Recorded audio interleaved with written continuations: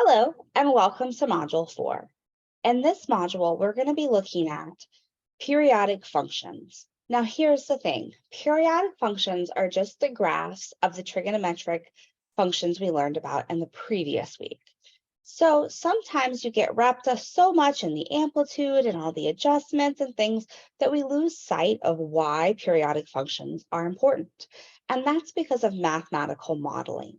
Anything that follows a wave pattern or increases and decreases, like heart rates, medical terms, monitoring things like over time, where things are fluctuating over time, economics, all of the stuff that you're learning in this module is about how to model mathematically so that you can predict, find patterns, and make sound decisions based on data.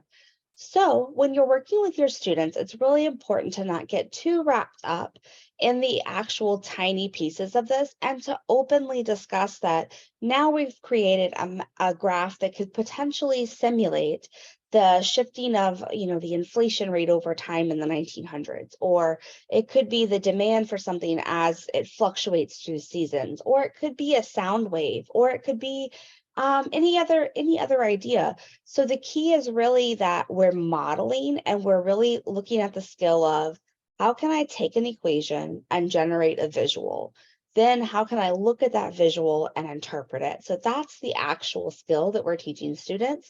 We're not teaching them how to perfectly graph things. We're just trying to show them how to match the visual of a function to the function so that we can successfully model mathematics. Now, in order to do this in your reading and your videos, you're going to really focus in on things like the period, the amplitude, the shift, and things like that. It's really important that you keep a formula sheet this week that kind of follows the step-by-step process and gives you all the formulas that you need. It's perfectly okay to utilize that on your assignment and your knowledge check, because the key is I want you to be able to use the formula and apply it, not just memorize it.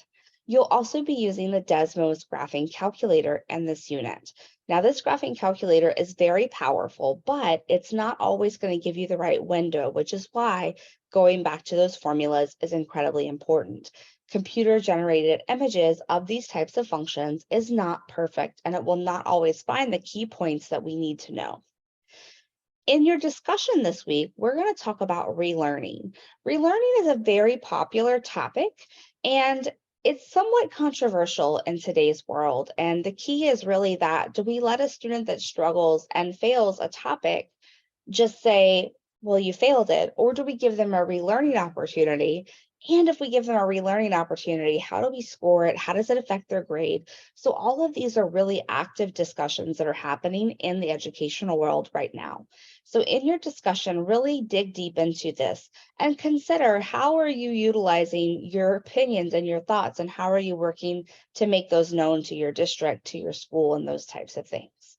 After you've participated in your discussion, then you can move on to the assignment and on to the knowledge check. Now, just like last week's assignment, you're probably going to be doing a lot of drawing, which means utilizing a separate sheet of paper from the assignment sheet is probably going to be necessary. Feel free to kind of show your work creatively around the graph, but the graph is the final piece. Of course, I'm looking at how you show your work so that I can see if you are explaining this to a student, did you give me something step by step? But I'm also looking at those graphs to make sure that they look good. So we don't want them to be super tiny. I hope you have a great week this week with periodic functions, and really think about how could you explain this to your students in a way that's really about the skill of mathematical modeling and not about a monotonous step after step after step after step process.